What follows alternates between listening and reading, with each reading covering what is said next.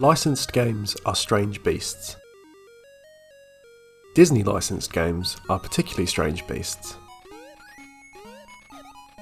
Whilst many of Disney's tie-ins and licensed offshoots of the 8 and 16-bit era were good, nay, great, as hardware grew in power and stature, this consistency would drop as the platform genre most traditionally associated with the House of Mouse grew a little bit tired and a little bit stale, and development teams threw increasingly oddball takes at Mickey and pals.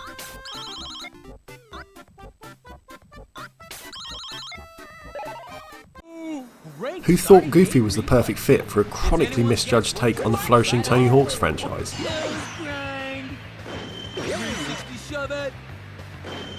First checkpoint pass.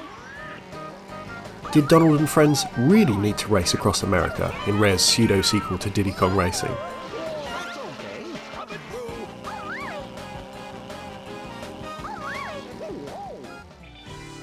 And what exactly was Capcom's thinking behind taking the lucrative Disney license and applying it to their own oddball take on Tetris?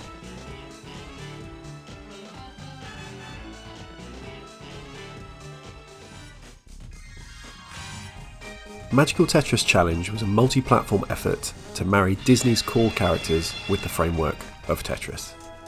It's one of a number of Tetris games tied primarily to a versus mode, either against the computer or against a human opponent. Whilst there is the option to play a traditional marathon mode, called Classic here, the main brunt of the game is in its story or endless modes, available in two variations: Up-Down Tetris and the titular Magical Tetris. Up-Down Tetris is the bizarre name given to the reasonably straightforward take on standard competitive Tetris.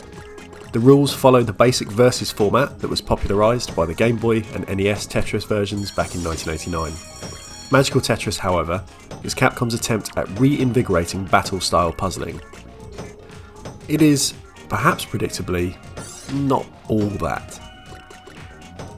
In Magical Tetris, successful line clears allow you to attack your opponent in much the same rhythm as garbage blocks in a mainline Tetris game. The difference here is that rather than raising your opponent's stack from its base, your opponent is instead dealt unconventionally shaped pieces. These may be pentominoes, pieces formed of 5 blocks rather than 4. These may be oversized square pieces up to a limit of 5x5. Or they may be a series of repeating shapes that can be awkward to deal with if you are stacked high up your well.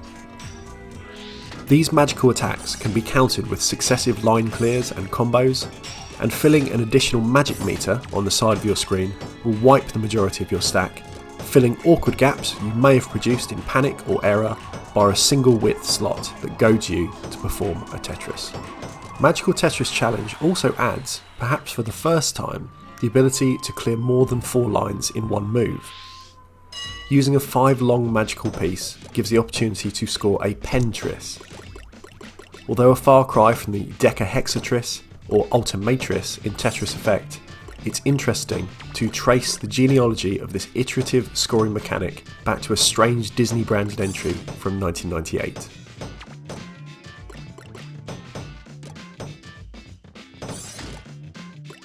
It all gives the impression of nuance and depth, but personally I found the ebb and flow of combat in Magical Tetris Challenge a bit of a chore.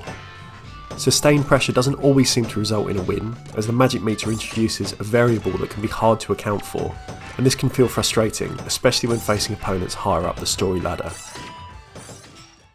Oh, the story? You can choose to play as Mickey, Minnie, Donald or Goofy. Although character choice doesn't change your stats or abilities, it does allow you to see the bonkers storyline from slightly different angles and timelines. All follow the rough framework and chronology, however, of Donald pulling up a magical stone whilst fishing, various characters in turn being roped in to help identify it, before finally it being stolen for nefarious means by Pete and his band of ne'er-do-wells. Mickey's story goes furthest, showing Pete used the stone as a mind control aid to attempt to force Minnie to marry him. But don't fret or fear, beat him in a game of Tetris and Minnie can escape her fate of matrimonial servitude.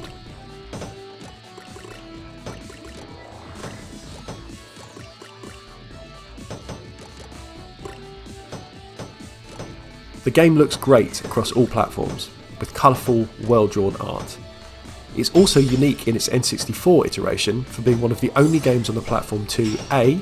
Not use the analog stick, instead forcing a more traditional even grip on the console's controller to allow easy access to the D-pad, and B. being one of the only N64 titles rendered entirely in 2D.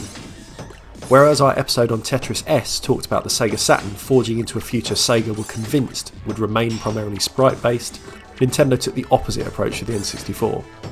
It's not that the console struggled with 2D games, but that cartridge space didn't take kindly to chunky bitmap images, and as such, outside of a few niche examples like Magical Tetris Challenge and Treasure's Bang.io, few developers pushed forwards in this way.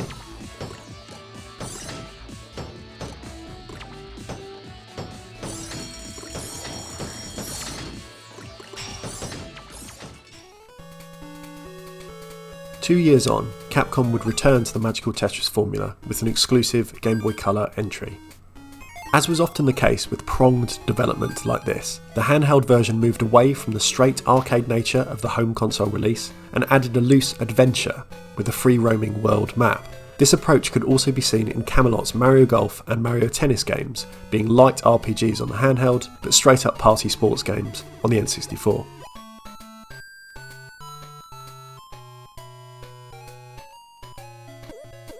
The handheld edition of Magical Tetris Challenge naturally retains the Magical Tetris play mode as well as the traditional marathon rule set, still called up-down in this iteration. It also adds a number of other play modes as well that are exclusive to the Game Boy Color release, including Target Tetris, where you are asked to clear certain lines using a limited number of predefined pieces, Towering Tetris, where you must clear rows quicker than garbage blocks can encroach on the play space or risk topping out, and Signal Tetris, where clearing lines alters the colour of the play space and you must consider your drops carefully to match the pattern presented to you. These modes can be played individually, but must be unlocked by playing through the Quest mode. Here your character moves across the top-down map a la early NES RPGs and must battle other characters from the Disney universe to win coins. There are many coins available and each playthrough asks that you collect certain numbered pieces of currency. Annoyingly, you can win a challenge with a character, only to find out that the coin they hold is not one you require, essentially negating any progress you felt you made.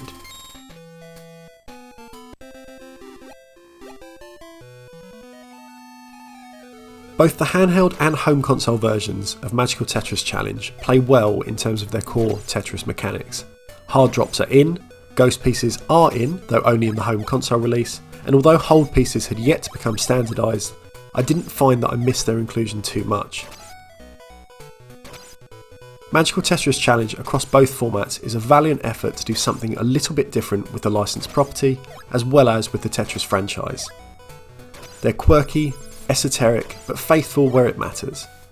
I'll not really lament that the Magical Tetris mode was never developed further than these two games, but equally, a half an hour blast on either the Game Boy Color, PlayStation 1 or N64 editions of the game is not a bad way to spend a lazy afternoon.